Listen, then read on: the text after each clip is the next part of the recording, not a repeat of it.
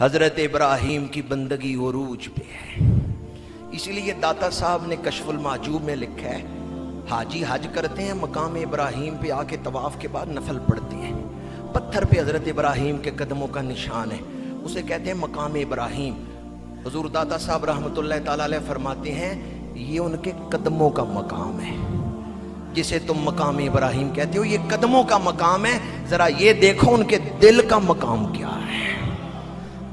اس طرف دھیان دو کہ خلیل اللہ کے دل کا مقام کیا تھا، ان کا دل اللہ کی محبت میں ڈوبا ہوا ہے، ان کے دل کی وادیوں میں صدا گونجتی ہے تو اپنے رب کے ذکر کی صدا گونجتی ہے۔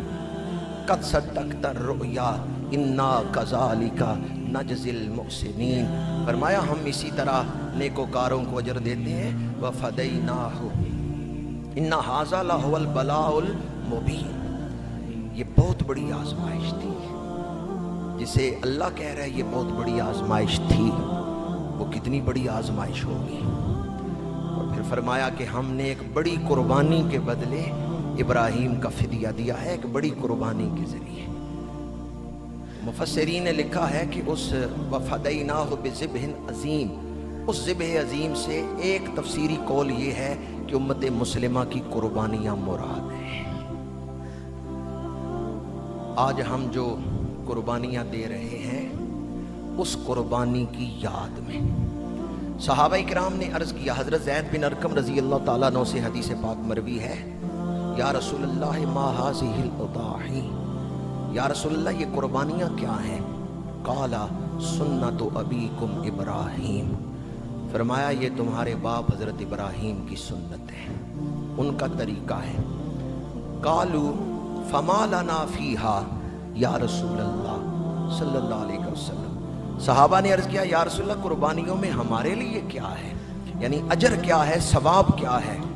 قال بکل شعرۃ حسنہ، فرمایا ہر بال کے بدلے اللہ ایک نیکی عطا فرماتا ہے، قربانی کے جانور کے جتنے بال ہیں اللہ اتنی نیکیاں عطا فرماتا ہے۔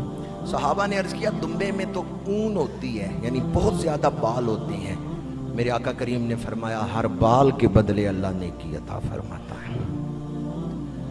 تو قربانی ایک طرف تو اجر و ثواب حاصل کرنے کا ذریعہ ہے، دوسری طرف وہ جذبہ بندگی دل میں پیدا کرنے کا۔ اولاد کی جس آزمائش میں ہم ڈالے گئے ہیں اس میں کامیابی کا وظیفہ اولاد سے محبت کریں، لیکن اولاد سے بڑھ کے اولاد دینے والے سے محبت کریں۔ اولاد سے محبت کرنا سنت ہے نبیوں کی، لیکن اولاد سے بڑھ کے اس رب سے محبت کرنا جس نے یہ نعمت دی ہے، اس انداز سے، اس عمل سے آپ اولاد کی آزمائش میں کامیاب ہو جائیں گے، اور اپنا جو طرز فکر ہے اولاد کے حوالے سے اس میں تبدیلی پیدا کریں۔ اولاد نعمت بھی ہے، اولاد آزمائش بھی ہے، اولاد والدین کو جنت میں بھی لے جائے گی، اور بعض ایسی ناخلف اولادیں بھی ہیں جو اپنے والدین کو دوزخ میں لے جائیں گی۔ اس لیے آپ اپنی اولاد کے اعمال دیکھ کر آج خود بھی سوچ سکتے ہیں کہ میری اولاد مجھے کدھر کھینچ رہی ہے، جنت کی طرف یا دوزخ کی طرف۔ وہ جذبہ دل میں پیدا کرنے کے لیے تاکہ ہم آزمائش میں کامیاب ہو جائیں، جانور ذبح کرنا ہمارے اوپر واجب کیا گیا ہے۔ جو صاحب نصاب ہے اس پر قربانی واجب ہے، جو صاحب نصاب نہیں پر دینا چاہتا ہے اس پر قربانی مستحب ہے، وہ قربانی دے سکتا ہے پر مستحب ہے اس پر۔ اور قربانی کا اجر کیا ہے؟ ایک حدیث پاک میں فرمایا کہ قربانی کے جانور کا خون کا پہلا قطرہ زمین پر بعد میں پہنچتا ہے، قربانی کرنے والے کے گزشتہ گناہوں کو رب پہلے معاف فرما دیتا ہے۔ ایک حدیث پاک میں فرمایا، الترغیب و ترہیب کے اندر یہ حدیث پاک ہے کہ قیامت کے دن قربانی کے جانور کا گوشت 70 گنا زیادہ وزن کے ساتھ نامہ اعمال میں رکھ کے تولا جائے گا، میزان پہ رکھ کے تولا جائے گا۔ اس کا مطلب کیا ہے؟ شارحین حدیث فرماتے ہیں اگر کسی نے 1 من جانور ذبح کیا، گوشت نکلا 1 من 40 کلو، تو قیامت اس کے نامہ اعمال میں لکھ دیا گیا اس نے 40 کلو گوشت اللہ کے راستے میں تقسیم کیا ہے۔ حالانکہ خود بھی کھا سکتے ہیں اور غریبوں کو بھی دے سکتے ہیں اور رشتہ داروں میں بھی، 3 حصے کرنا یہ افضل طریقہ ہے۔ کھایا خود بھی ہے گوشت، لیکن چونکہ جانور ذبح کیا تھا تو قربانی کی نیت سے، اس لیے اس کا سارا گوشت ہی تقسیم کرنے کا ثواب نامہ اعمال میں لکھا جاتا ہے۔ جانور تھا 40 کلو، 1 من۔ قیامت کے دن جب بندہ نامہ اعمال کھولے گا تو اس میں لکھا ہوگا اس نے 70 من گوشت تقسیم کیا ہے، یعنی قربانی کا ثواب 70 گنا بڑھ جائے گا۔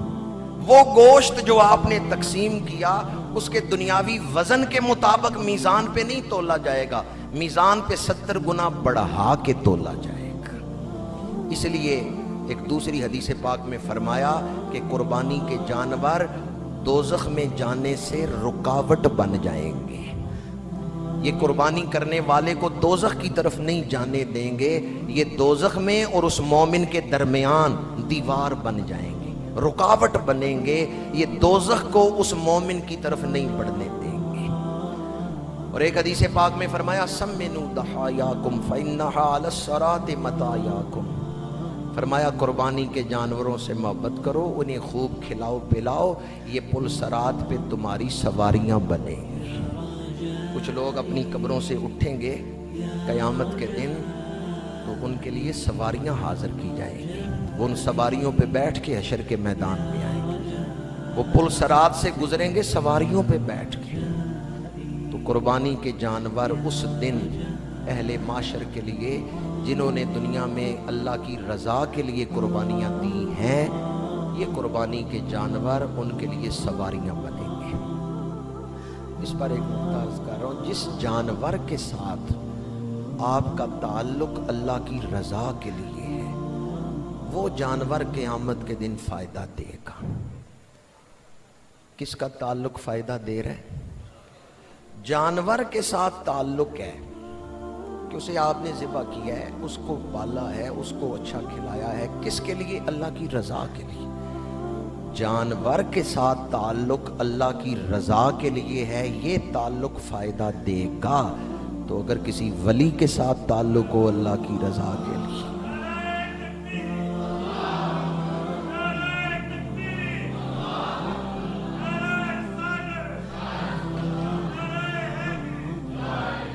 اہل اللہ کا تعلق بھی قیامت کے دن فائدہ دے گا۔ حب درویشاں کلید جنت است، دشمن ایشاں سزائے لعنت است۔ کسی بندے کے ساتھ تعلق صرف اللہ کی رضا کے لیے رکھیں، آخرت کے لیے رکھیں، صرف اللہ کی رضا کے لیے، تو یہ تعلق یقیناً آخرت میں فائدہ دے گا۔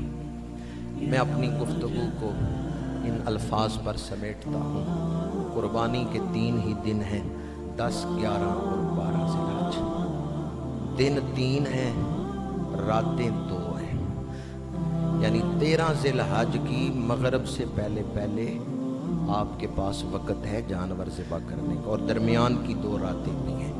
رات کو اگر روشنی کا صحیح انتظام ہو تو پھر جانور ذبح کیا جا سکتا ہے، ورنہ فقہا نے چونکہ اس دور میں روشنی کا صحیح انتظام نہیں ہو سکتا تھا تو رات کو قربانی کرنا مکروہ لکھا ہے۔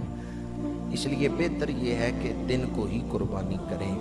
آج کا رات کو انتظام تو ہے روشنی کا، لیکن لوڈ شیڈنگ اچانک کسی وقت بھی ہو سکتی ہے، اس لیے افضل ہے دن کو ہی قربانی کرنا۔ بعض لوگ دوسرے ملکوں سے پیسے بھیج دیتے ہیں کہ پاکستان میں میرے نام کی قربانی دے دو۔ اگر آپ میں سے کسی کا کوئی عزیز باہر ہو اور اس نے آپ کو پیسے بھیجے ہوں تو اس سے بہرحال پوچھ لیں کہ اس کے ہاں عید کس دن ہے، جب اس پر قربانی واجب ہو گئی پھر یہاں قربانی دیں۔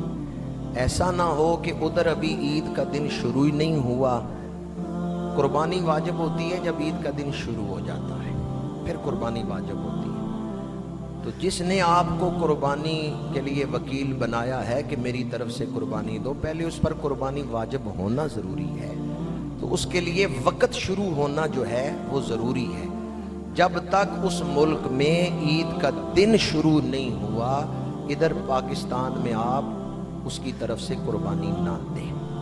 اور یہاں شہروں میں جو لوگ رہتے ہیں جب تک کسی مسجد میں نماز عید نہ پڑھی جائے فجر کے بعد قربانی نہ دیں۔ وہ دیہات جہاں نماز عید نہیں ہوتی وہاں تو فجر کے بعد بھی جانور ذبح کیا جا سکتا ہے، لیکن یہاں شہر میں جب تک نماز عید نہ ادا ہو آپ قربانی نہ دیں۔ آپ نے چاہے عید ابھی نہیں پڑھی لیکن صحیح العقیدہ امام نے محلے میں عید پڑھا دی ہے تو اب اس کے بعد قربانی دی جا سکتی، لیکن جب تک عید ہی نہیں ابھی ادا ہوئی اس سے پہلے آپ